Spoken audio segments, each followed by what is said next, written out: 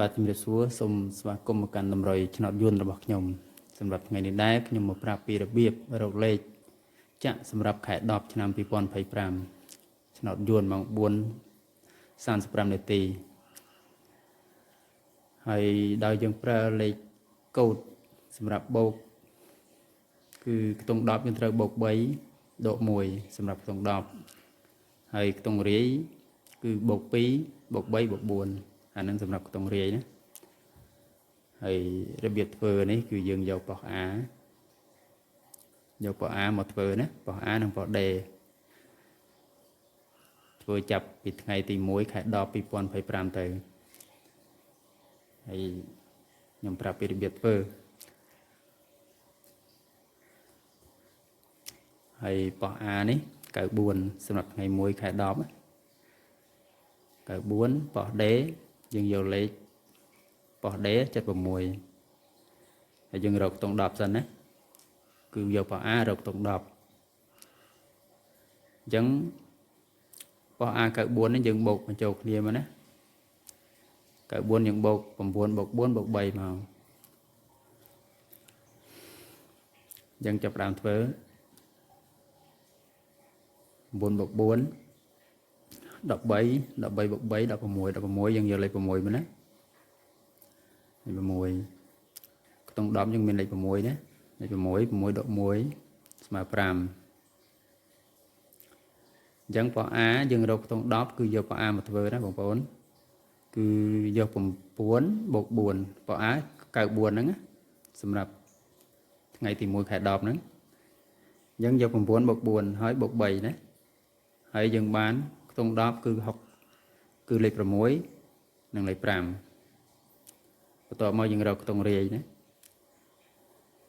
ខ្ទង់រាយគឺយើងយកប៉ុស D មកធ្វើប៉ុស D 76ណា76 7បូក6ណា7បូក6 13បូក2ស្មើនឹង15ណា15យកលេខ5 5បូក3លេខកូដយើងខ្ទង់រាយគឺបូក3បូក4ណាបូក2បូក3បូក4យើងបូកមកប៉ុស D ហ្នឹងណា7បូក6បូក2ស្មើនឹង15 15យកលេខ5 5បូក3ស្មើ8 8បូក4ស្មើ12ណាតមកបងប្អូនចាប់ខ្ទង់10ណាខ្ទង់10មាន65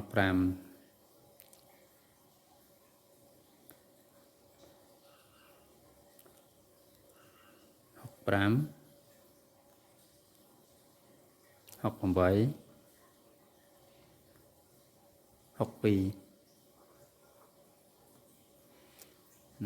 តមកចាប់ខ្ទង់50ម្ដងណា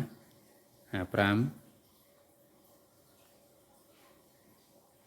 58 52គឺយើងយកថ្ងៃ1ណាថ្ងៃ1មកធ្វើសម្រាប់ទៅចាក់ថ្ងៃ2ណាហើយយើងមើលលទ្ធផលថ្ងៃ2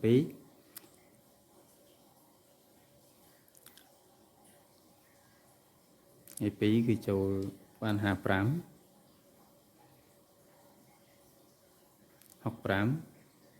ចូលបាន2គ្រាប់ចូល62មួយទៀតណា65 55 62បាទចូលបាន3គ្រាប់ណាតមកយើងយកថ្ងៃ2ទៅធ្វើបន្តទៀតណាថ្ងៃ2ខែ10 2025ណាប៉ុស A ចេញ64 D 65អញ្ចឹងយើងធ្វើដូចមិញហ្នឹងមានលេខកូដខ្ទង់10ហ្នឹងមានបូក3និងដក1ណាហើយខ្ទង់រាយគឺបូក2បូក3បូក4អញ្ចឹងយើងបូកបន្តទៀតយកប៉ុស A នេះយើងរកខ្ទង់10យើងយកប៉ុស A មកធ្វើណា6បូក4បូក3ស្មើ13ណា13យើងយកលេខ3 3ដក1ស្មើ2យើងបានខ្ទង់10ណាតមកយើងរកខ្ទង់រាយម្ដងយកប៉ុស D មកធ្វើប៉ុស D 65ណា6បូក5 11 11បូក2 13ណា 3 3 bọc 3 ស្មើ6 6 បូក 4 ស្មើ0ហើយបងប្អូនចាប់ដូចមិញអញ្ចឹងមក33 36 30 គុត 23 26 20 គុត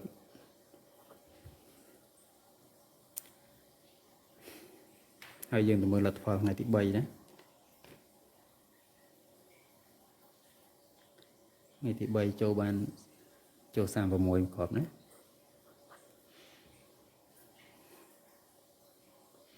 ចូលបាន36គ្រាប់តោះមកយើងធ្វើជាបន្តបន្ទាប់ណាធ្វើដូចគ្នាអញ្ចឹងនឹងសម្រាប់ខែ10ណា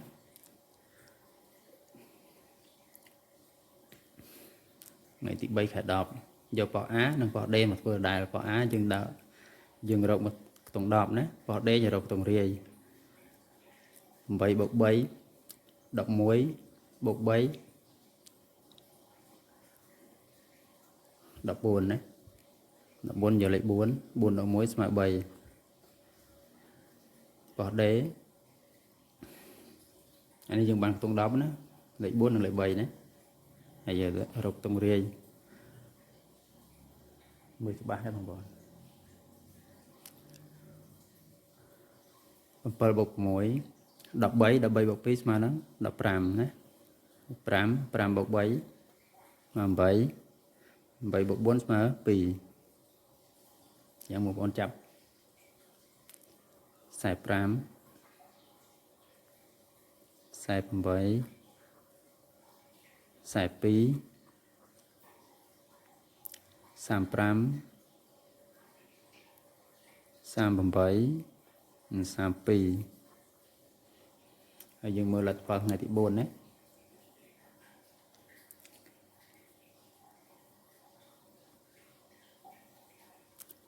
ថ្ងៃទី4ចូលបាន38ណា38គ្រាប់ណាហើយបងប្អូនធ្វើរបៀបនេះសម្រាប់ចុងសំណាងថ្ងៃ10ណាហើយបើសិនជាមានពេលខ្ញុំធ្វើតម្រុយសម្រាប់ប្រចាំថ្ងៃចែកជូនបងប្អូនហើយអាចនឹងមួយសប្តាហ៍ធ្វើចែកជូនបងប្អូនម្ដងអញ្ចឹងណាសម្រាប់ខែ10យើងត្រូវរកតម្រុយវែងតិចដើម្បីធ្វើចែកជូនបងប្អូនហើយបន្ទាប់មកយើងធ្វើបន្តទៀតសម្រាប់ថ្ងៃ4ណាយើងយកលេខថ្ងៃទី4ខែ10ឆ្នាំ2025យកមកធ្វើបន្តទៀតណាហើយយើងរកខ្ទង់10យកប៉ោះ A មកធ្វើខ្ទង់រាយយើងយកប៉ោះ D មកធ្វើដូចមិញហ្នឹង9 បូក 2 បូក 3ណា11 11 បូក 3 14នេះ4 4ដល់1ស្មើ3ហើយខ្ទង់រាយយើងរកខ្ទង់រាយមក10 12 2 បូក 3 ស្មើ5 5 បូក 4 ស្មើ9យ៉ាងបងប្អូនចាប់មកណាចាំមក42 45 49 32 35 39យើងយកថ្ងៃ4ហើយយើងទៅមើលថ្ងៃទី5ណាថ្ងៃទី5ខែ10គឺបានលេខ49ណាចូលបាន49គ្រាប់ណា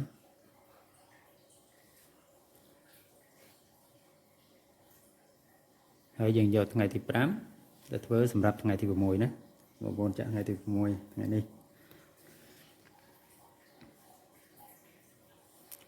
យើងយកប៉ោះ A81 សម្រាប់ធ្វើខ្ទង់10យកប៉ោះ D លេខ19សម្រាប់រកខ្ទង់រាយណា8 បូក 1 9 9 បូក 3 12ណា2 2ដល់1ស្មើ1អានេះឃើញខ្ទង់10ណាយើងរកខ្ទង់រាយ9 បូក 1 1 + 9 ស្មើ10 10 + 2 12ណា2 2 + 3 ស្មើ5 5 + 4 ស្មើ9យ៉ាងតម្រុយថ្ងៃនេះយើងបងប្អូនចាប់មក22 25 29 12 15 19ហើយតម្រុយនេះសម្រាប់ចាក់ថ្ងៃនេះបាទថ្ងៃទី6ខែ10 2025ណា